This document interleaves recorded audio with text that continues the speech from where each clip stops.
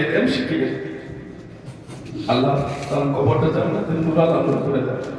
আল্লাহ সমস্ত উস্তাদের কবরগুলো আল্লাহ জান্নাতের নূর আলা নূর করে দেয়।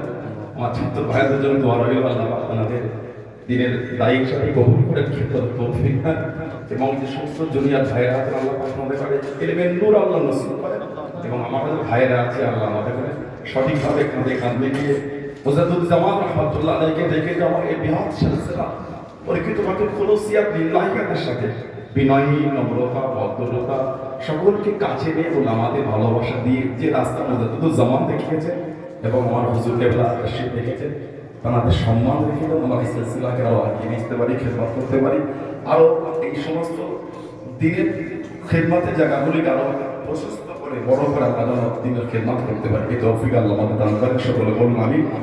আমি আমার সংক্ষিপ্ত আলোচনা এখানে সমাপ্তি করলাম। আসসালামু আলাইকুম ওয়া রাহমাতুল্লাহ।